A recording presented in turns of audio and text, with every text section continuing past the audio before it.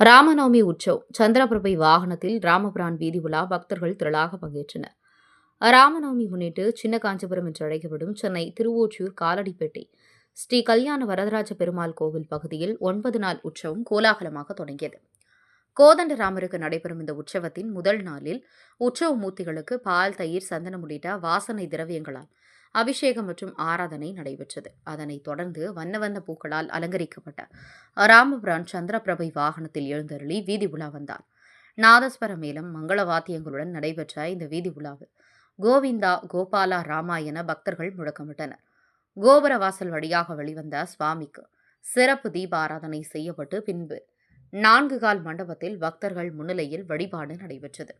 இதனைத் தொடர்ந்து சந்திரபிரபை வாகனத்தில் எழுந்தருளிய சுவாமி சன்னதி தெரு, வடக்கு மாடவீதி, மேற்கு மாடவீதி உள்ளிட்ட 4 மாட வீதியில் உலா வந்து ஏராளமான பக்தர்களுக்கு அருள்பாலித்தார்.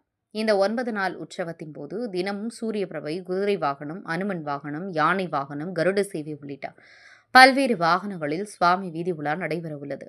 முக்கிய நிகழ்வாக வரும் 27ஆம் தேதி வெள்ளிக்கிழமை திருக்கல்யாணம் நடைபெற்று ராமர் பட்டாபிஷேகத்துடன் உற்சவம் நிறைவு பெறும் என கோவில் நிர்வாகம் சார்பில் தெரிவிக்கப்பட்டது.